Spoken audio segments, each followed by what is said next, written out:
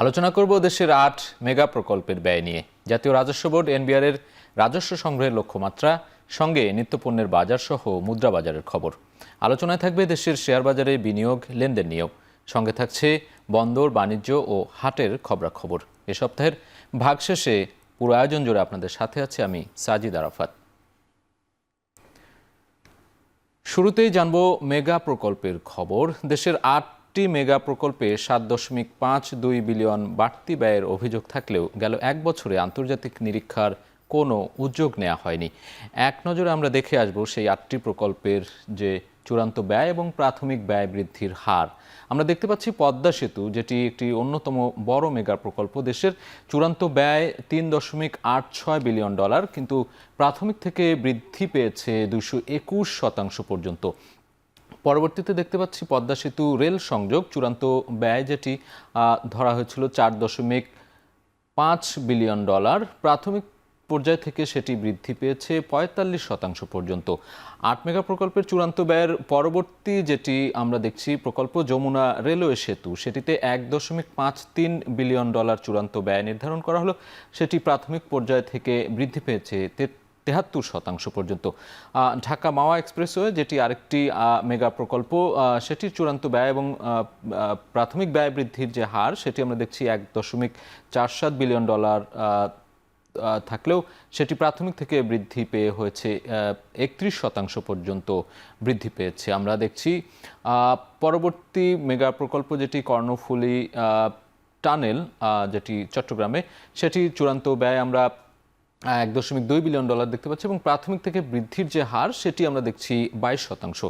MRT line 6 $3.3 billion, সেটি প্রাথমিক থেকে বৃদ্ধির হার 57% পর্যন্ত বৃদ্ধি পেয়েছে।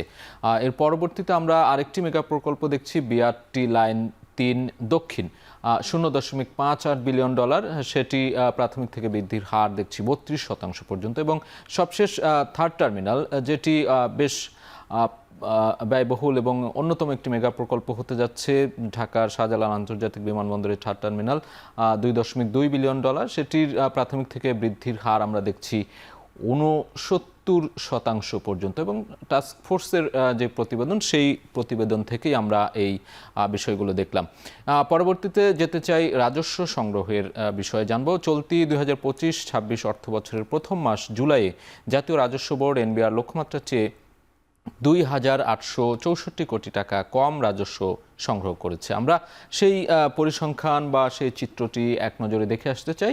রাজস্ব সংগ্রহ খাত, বেশ কিছু খাত আমরা দেখছি এখানে। আয়কর জুলাই 2024-এ 5,175 কোটি টাকা, সেটি জুলাই 2025-এ এসে দেখছি কিছুটা বেড়েছে, 6,295 কোটি টাকা দেখছি। কাস্টমস থেকে 8,170 কোটি টাকা, সেটি জুলাই 2025-এ এসে 9,602 কোটি টাকা দেখছি। এবং ভ্যাট থেকে বড় একটা রাজস্ব সংগ্রহ হয়ে থাকে। আমরা জানি যে সরকারের অন্যতম একটা বড় খাত হচ্ছে ভ্যাট থেকে তারা আয় করে।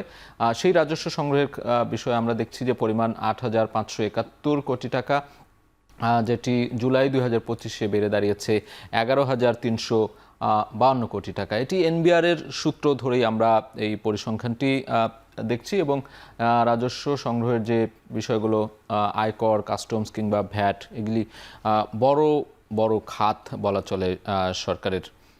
সেই জায়গা থেকে আমরা পুরো বিষয়টি দেখে নিলাম। এ পর্যায়ে আমরা চালের বাজারের খবর জানতে চাই। ভরা মৌসুমে স্বাভাবিক হয়নি চালের বাজার। এখনও সরকার নির্ধারিত দামের চেয়ে বেশি দরে বিক্রির অভিযোগ পাওয়া যাচ্ছে। এদিকে আটাশ চালের যে বাৎসরিক মূল্য বৃদ্ধি, সেটি 17%-রও বেশি ঠেকেছে, 17%-রও বেশি। এবং আমরা চালের বাজারের বিষয়টি দেখতে চাই এক নজরে। মিনিকেট চাল বর্তমান মূল্য 75 থেকে 85 টাকা। এক মাস আগে যেটি একই রকম ছিল, অভিন্ন, এবং এক বছর আগে সেটি দাম কম ছিল বেশ খানিকটা। আমরা দেখছি 60 থেকে 80 টাকা পর্যন্ত মাসিক মূল্য বৃদ্ধির হার 0%। বাৎসরিক মূল্য বৃদ্ধির হার আমরা দেখছি 11.11%। এই পর্যায়ে আটাশ চালের যে বর্তমান মূল্য, সেটি দেখে নিতে চাই। 60 থেকে 75 টাকা, যেটি এক মাস আগে 60 থেকে 70 টাকা ছিল। এক বছর আগে যেটি দাম বেশ কম ছিল, 55 থেকে 60 টাকায় ছিল, যেটি বেড়েছে দাম। এবং সেই মূল্য বৃদ্ধির বিষয়টি আমরা দেখছি, মাসিক মূল্য বৃদ্ধি 3.85 এবং বাৎসরিক যে মূল্য বৃদ্ধি সেটি দেখছি 17.39%। স্বর্ণা চালের ক্ষেত্রে আমরা বর্তমান মূল্য 55 থেকে 60 টাকা দেখছি এবং এক মাস আগেও কিন্তু অভিন্ন দাম ছিল, একই দাম ছিল, অর্থাৎ দাম বাড়েনি।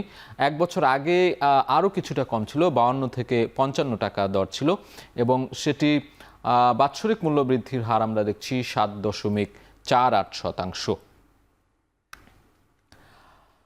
এ পর্যায়ে দেখতে চাই, টানা 7 দিন ধরে কমার পর জুলাই থেকে ফের বেড়েছে মূল্যস্ফীতি। মৌসুমে বাড়তি দাম রয়েছে সবজি, ডিম সহ নিত্যপণ্যের বাজার, যার প্রভাবে বেড়ে চলেছে খাদ্য মূল্যস্ফীতি। এসব নিয়ে এবার এক নজরে চিত্র দেখে আসতে চাই। নিত্যপণ্যের যে বাজার, সেই বাজার কেমন চলছে আমরা দেখছি। ফার্মের ডিম হালি প্রতি বর্তমান মূল্য 45 থেকে 50 টাকা। এক সপ্তাহ আগে যেটি কম ছিল 40 থেকে 50 টাকা, এক মাস আগে আরও কম ছিল 38 থেকে 46 টাকা।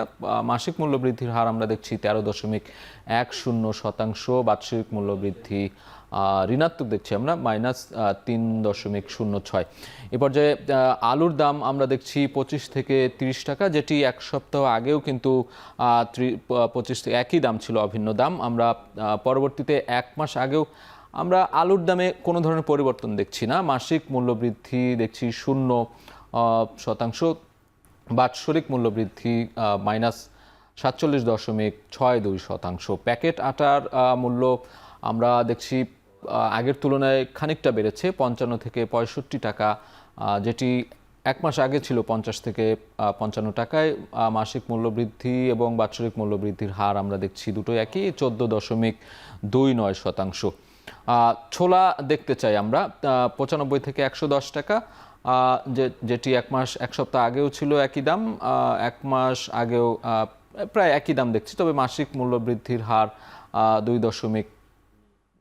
এক মাস আগে 90 থেকে 110 টাকা, সেই তুলনায় আমরা দেখছি মাসিক মূল্য বৃদ্ধির হার 2.50।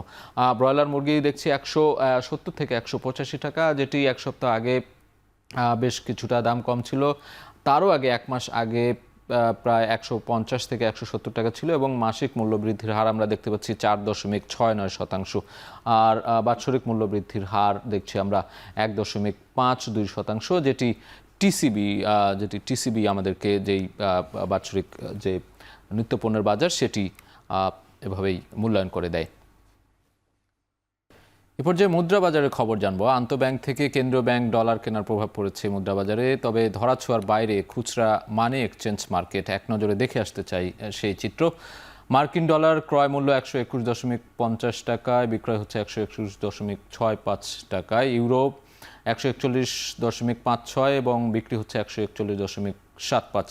পাউন্ড 163.50, 163.72 বিক্রয় মূল্য। রুপি 1.40 ক্রয় মূল্য, বিক্রয় মূল্য দেখছি অভিন্ন একই। ইউয়ান 16.92 ক্রয় এবং 16.94 বিক্রয় মূল্য। এ পর্যায়ে আমরা দেখে আসতে চাই যে অন্যান্য যে দেশি মুদ্রাগুলো রয়েছে, বৈদেশিক মুদ্রা, সেগুলোর ক্রয় এবং বিক্রয়ের হার। অস্ট্রেলিয়ান ডলার 78.16 ক্রয় মূল্য, বিক্রয় মূল্য 78.27। সিঙ্গাপুর ডলার 94.49, বিক্রি হচ্ছে 94.66। কানাডিয়ান ডলার দেখছি 87.57 এবং বিক্রি মূল্য 87.96। ইয়েন 0.82 ক্রয় মূল্য এবং বিক্রি হচ্ছে 0.83। শ্রীলঙ্কান রুপি 2.48 এবং বিক্রি হচ্ছে 2.49। বাংলাদেশ ব্যাংকের যে সূত্র, সেই সূত্রে আমরা বলছিলাম বৈদেশিক মুদ্রার বাজারের খবর।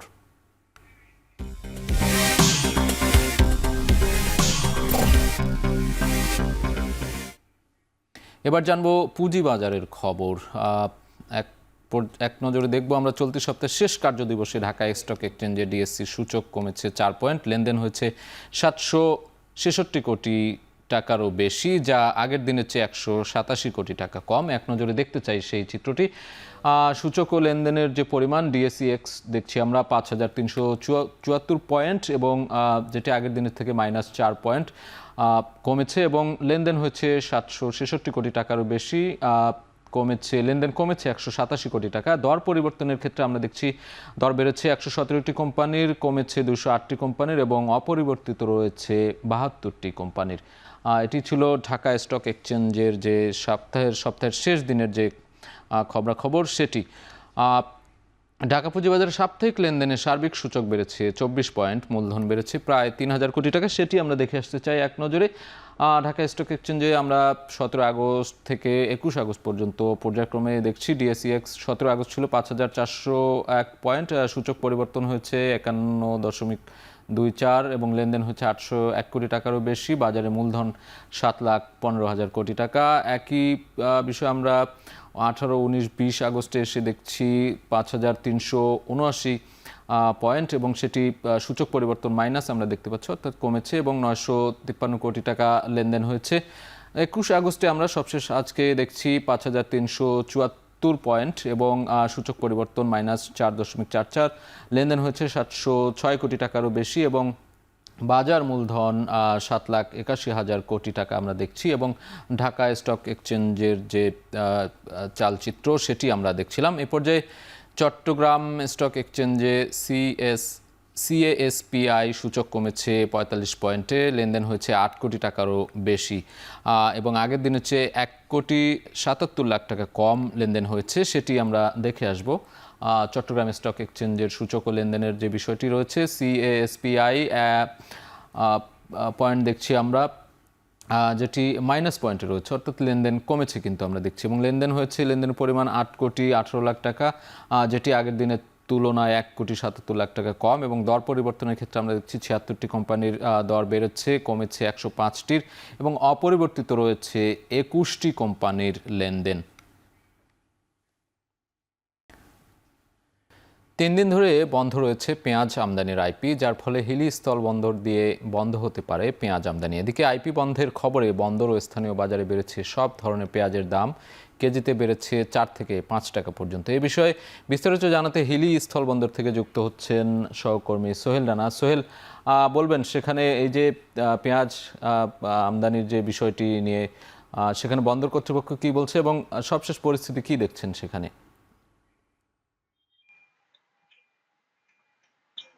সাজিদ, আমি আপনাকে একটু জানিয়ে রাখি যে আমদানির অনুমতিটা দেওয়ার সময়টা ছিল 14ই আগস্ট। এরপরে কিন্তু 17ই আগস্ট এই বন্দর দিয়ে পেঁয়াজের আমদানিটা শুরু হয়। তবে পেঁয়াজের আমদানি 17, 18 এবং এই 2 দিন আমদানি হবার পরে হঠাৎ করে কোনো চিঠিপত্র না দিয়েই 19 তারিখ থেকে পেঁয়াজের যে আইপি রয়েছে সেটি বন্ধ করে দেয় বাণিজ্য মন্ত্রণালয় থেকে। এরপরেই কিন্তু যারা আমদানিকারক রয়েছেন বন্দরে তারা কিন্তু বিপাকে পড়ছেন, তারা এদিক ওদিক ছোটাছুটি করছেন, যোগাযোগ করছেন বিভিন্ন দপ্তরে যে আসলে পেঁয়াজের আইপিটা কি কারণে বন্ধ রয়েছে। তবে এর সদুত্তর কোনো দপ্তর থেকে এখনো মেলেনি, এটি কেন বন্ধ রয়েছে এবং কবে নাগাদ চালু হতে পারে সেটি কিন্তু এখনো কোনো দপ্তর থেকে আমরা সঠিক তথ্য এখন পর্যন্ত পাইনি। তবে ব্যবসায়ীরা বলছেন যদি দ্রুত সময়ের মধ্যে এই সমস্যাটি কাটিয়ে উঠতে না পারে তাহলে হয়তো পেঁয়াজের যে আমদানি সেটি বন্ধ হয়ে যাবে, পাশাপাশি পেঁয়াজের যে দাম সেটি কিন্তু ঊর্ধ্বগতি হতে পারে বলে কিন্তু ব্যবসায়ীরা বলছেন। এবং আমরা যেটি দেখছি যে আইপি বন্ধের যে 3 দিন ধরে বন্ধ রয়েছে, এই 3 দিন বন্ধের সুযোগেই কিন্তু এখনই পেঁয়াজের দাম সেটি লাগামহীন ভাবে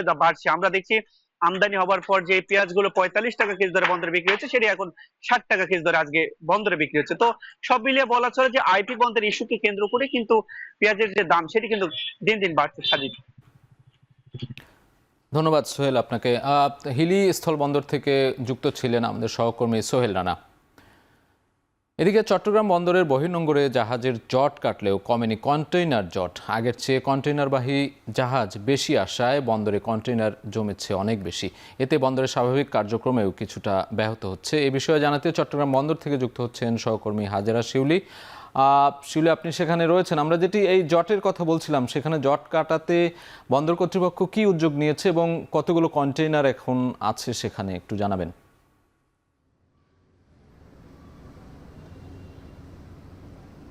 সাজিদ, বন্দর কর্তৃপক্ষ কিন্তু বেশ কিছুদিন ধরে নানা ধরনের পদক্ষেপ নিচ্ছে, যেহেতু তাদের বন্দরের অপচল কার্যক্রমের উপর সার্বিকভাবে চাপ পড়ছে কন্টেনার স্তূপ জমে যাওয়ার কারণে। এক্ষেত্রে তারা যেমন বর্তমানে চট্টগ্রাম বন্দর থেকে সিঙ্গাপুর ও কলম্বো রুটে প্রায় 118টি ফিডার জাহাজ চলাচল করে। এক্ষেত্রে তারা বলছে আগে ফিডার জাহাজের সংখ্যা ছিল 100টি। আচ্ছা, নিয়মিত যেসব জাহাজ চট্টগ্রাম বন্দর থেকে সিঙ্গাপুর এবং কলম্বো রুটে যায়, সেখান থেকে আবার জাহাজগুলো মাদার ভেসেলে বন্দর চট্টগ্রামের যে আমদানি এবং রফতানি পণ্য সেগুলো তুলে দেওয়া হয়। তো তারা বলছেন যেহেতু জাহাজ বেশি আসছে, তাই বন্দরও কিন্তু কন্টেনার হ্যান্ডলিংও বেশি হচ্ছে। গড়ে প্রতিদিন প্রায় 9.5 থেকে 10,000 টিউজ কন্টেনার হ্যান্ডলিং হচ্ছে এবং ডেলিভারি হচ্ছে কখনো 3.5 থেকে সর্বোচ্চ 5,000 মতো। তো ডেলিভারি বিষয়টি আসলে নির্ভর করে, বিশেষ করে সরকারি কর্মদিবসগুলোতে বুধ, বৃহস্পতি, মঙ্গল, বুধবারে বেশি ডেলিভারি হয়ে থাকে। অন্যান্য দিনে যে ডকুমেন্ট প্রসেসের বিষয়গুলো থাকে সেগুলো যদি সম্পন্ন না হয়, তাহলে কিন্তু আমদানিকারকরা বন্দর থেকে পণ্য ডেলিভারি নিতে পারেন না। এর বাইরে কিন্তু এখানে কিন্তু আসলে ব্যবহারকারীরা অভিযোগ করছেন যে বন্দরে কন্টেনার জটের কারণে আইসিডিগুলো বিশেষভাবে অভিযোগ করছে যে তারা বন্দর থেকে সময় মতো পণ্য ডেলিভারি নিতে পারছেন এবং তাদেরকে প্রায় 4 থেকে 5 ঘন্টা অতিরিক্ত সময় গিয়ে তাদের ট্রাকগুলোকে অপেক্ষা করতে হচ্ছে। এবং এক্ষেত্রে চট্টগ্রাম বন্দরের যে নবনির্মিত পতেঙ্গা কন্টেনার টার্মিনাল, যেটি রেড সি গেটওয়ে ইন্টারন্যাশনাল পরিচালনা করছে, সেখানে তারা বেশি সমস্যায় পড়ছে এবং সেখান থেকে আসলে পণ্য ডেলিভারি নিতে অনীহা প্রকাশ করছে সিএনএফ এজেন্টরা।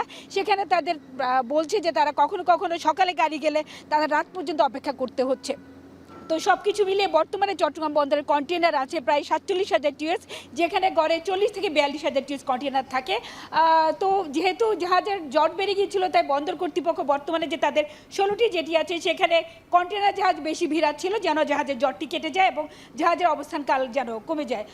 তো সাজিদ, এই ছিল সব কিছু মিলিয়ে আমার কাছে এখনকার মতো সবচেয়ে চট্টগ্রাম বন্দরের যে কন্টেনার জট, তার সেই পরিস্থিতি সবশেষ। ধন্যবাদ হাজেরা শিউলি। চট্টগ্রাম বন্দর থেকে আমাদের সঙ্গে যুক্ত ছিলেন সহকর্মী হাজেরা শিউলি। ব্রাহ্মণবাড়িয়া নির্ধারিত সময়ের আগেই লক্ষ্যমাত্রার 100% ধান ও চাল সংগ্রহ করেছে জেলা খাদ্য বিভাগ। এবারই প্রথমবারের মতো স্বতঃস্ফূর্তভাবে ধান সরবরাহ করেছেন কৃষকরা। পাশাপাশি চুক্তির সমপরিমাণ চাল দিয়েছেন মিল মালিকরা। এ বিষয়ে বিস্তারিত জানিয়েছেন সহকর্মী আজিজুল সঞ্চয়। চট্টগ্রাম বিভাগের মধ্যে সরকার সবচেয়ে বেশি পরিমাণ ধান এবং চাল সংগ্রহ করে এই ব্রাহ্মণবাড়িয়া থেকে। এবার নির্ধারিত সময়ের আগেই লক্ষ্যমাত্রা অনুযায়ী ধান এবং চাল সংগ্রহ করতে পেরেছে জেলা খাদ্য বিভাগ। এবার বোরো মৌসুমে গত 24 এপ্রিল থেকে ধান এবং চাল সংগ্রহের কার্যক্রম শুরু হয়েছিল, সেটি গত 15 আগস্টে শেষ হয়েছে। কিন্তু তার আগেই এই গত জুন মাসের মধ্যেই কিন্তু লক্ষ্যমাত্রার যেই 14,126 টন ধান সেটি সংগ্রহ করেছে খাদ্য বিভাগ। এছাড়া প্রথম দিকে চাল সংগ্রহের ক্ষেত্রে 76,836 টনের লক্ষ্যমাত্রা থাকলেও সেটি পুরোপুরি অর্জিত হওয়ার ফলে আরও সময় যেহেতু বাকি ছিল, তার ফলে তারা আরও 6,000 টন চাল কিন্তু অতিরিক্ত সংগ্রহ করেছে চালকল মালিকদের কাছ থেকে।